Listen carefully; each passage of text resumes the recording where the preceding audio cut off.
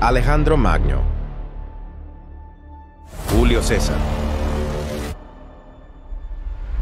Genghis Khan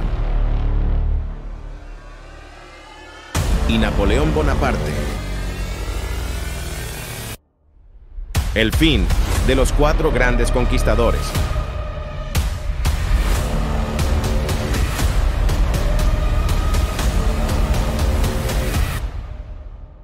Hubo un hombre que lloró porque el hecho de conquistar 2 millones de kilómetros cuadrados no le era suficiente gloria. Alejandro Magno, este hombre solo se preocupaba por una sola cosa: conquistar el mundo.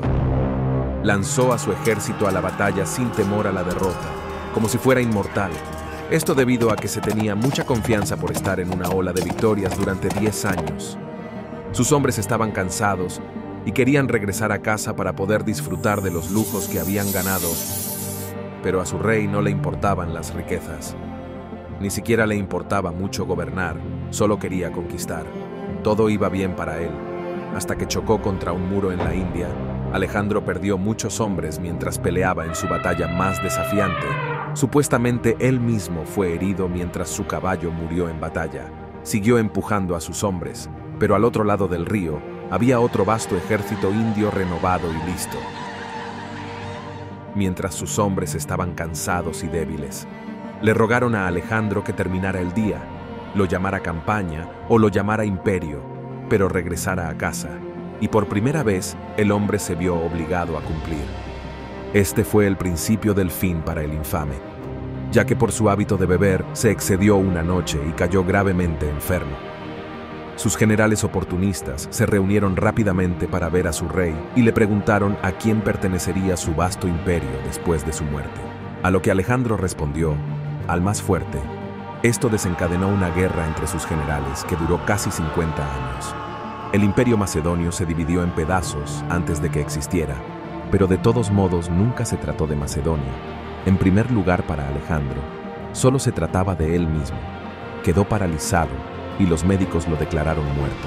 Los historiadores griegos escribieron que el cuerpo de Alejandro no se descompuso durante 6 días después de su muerte, lo que llevó a la gente a pensar que el rey guerrero era un dios. Sin embargo, no se dieron cuenta de que no estaba muerto para empezar. Los científicos modernos creen que Alejandro sufría de un trastorno neurológico que lo había puesto en coma. Es muy posible que Alejandro escuchara los complots de sus hombres antes de ser enterrado vivo. Luego tenemos al fanático de Alejandro Magno, Julio César. Mientras Alejandro lloraba, porque ya no tenía más mundos por conquistar, Julio César se dice que rompió a llorar mientras leía las hazañas de Alejandro. Este dijo a sus hombres: cuando tenía mi edad había conquistado a Darío, pero hasta ahora no he logrado nada. Decía esto, ya que su ideal era Alejandro. Al igual que él, resultó egoísta y narcisista, una vez que obtuvo un poder significativo como general y estadista. Socavó el sistema republicano romano y se declaró dictador perpetuo. Tampoco se avergonzó de ello. Como se dice que lo hizo, dijo que si debe violar la ley, se hace para tomar el poder. En todo caso, los senadores en Roma temían que César quisiera establecer una monarquía que erosionaría por completo su autoridad. El 15 de marzo del 44 a.C., un grupo de 60 senadores asesinó a César en la reunión del Senado de forma colectiva. El grupo lo apuñaló 23 veces para demostrar cuánto lo amaban. Lo último que vio César fue a su propio hijo adoptivo y al aliado de confianza Marcus Brutus, presentes entre los agresores. Nos trasladamos a la era medieval, donde un hombre que fue principalmente famoso por los cruzados, Genghis Khan, quien surgió como la bestia del este, logró conquistar el doble de tierra que Alejandro y estaba decidido a poner al mundo entero bajo una sola espada. Pero a diferencia de Alejandro o César, no se veía a sí mismo como Dios, ni como un Mesías. Sabía que era un tirano y se jactaba abiertamente de ello con estas palabras: la mayor felicidad es dispersar a tu enemigo para expulsarlo delante de ti, para ver sus ciudades reducidas a cenizas, para ver a los que lo aman envueltos en lágrimas y recogerlo en tu seno, sus esposas e hijas. Hay varios relatos de su muerte, Rashid ul-Din, escribió que fue víctima de la peste bubónica, mientras Marco Polo, el famoso viajero italiano, escribió que le dispararon a lomos de un caballo y sucumbió a sus heridas unos días después. Otro informe dice que fue castrado fatalmente por una princesa del Imperio Chiita Occidental, a quien había mantenido a la fuerza como concubina. La razón por la cual su muerte no está bien documentada, como otros conquistadores, es porque debía ser un secreto. Antes de morir, Khan instruyó a su familia y a sus seguidores que mantuvieran su muerte en secreto, ya que ocurrió en el peor momento posible. Los mongoles estaban en la etapa vital de su tan deseada conquista del Imperio Chiita Occidental.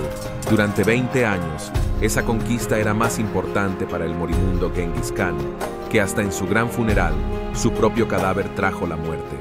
Los seguidores de Khan masacraron a todos en la ruta donde se llevaba su procesión fúnebre para mantenerlo en secreto.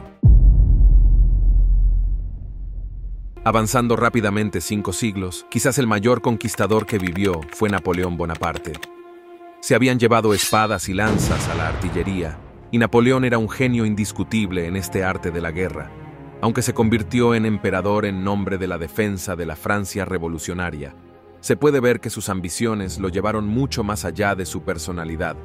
Probablemente era aún más extraño que el resto de los conquistadores. César se consideraba el único Mesías para su pueblo. Alejandro se creía un dios. Gengis era un tirano, mientras que Napoleón se consideraba un artista de la guerra. Se dice que dijo: «Amo el poder, pero es como artista que lo amo». Para él, el campo de batalla era una pintura, y él era un artista dibujándolo. Su poder de concentración era enorme, al igual que su memoria para los detalles y los hechos. Una vez, en una campaña en 1805, uno de sus subordinados no pudo localizar su división. Mientras sus ayudantes buscaban en mapas y documentos, el emperador informó al oficial de la ubicación actual de su unidad, donde estaría durante las próximas 3 noches, el estado y el resumen de la fuerza de la unidad, así como de los militares subordinados. Un ejército con 7 núcleos, un total de 200.000 hombres con todas las unidades en la luna, todo estaba imaginado en su cabeza.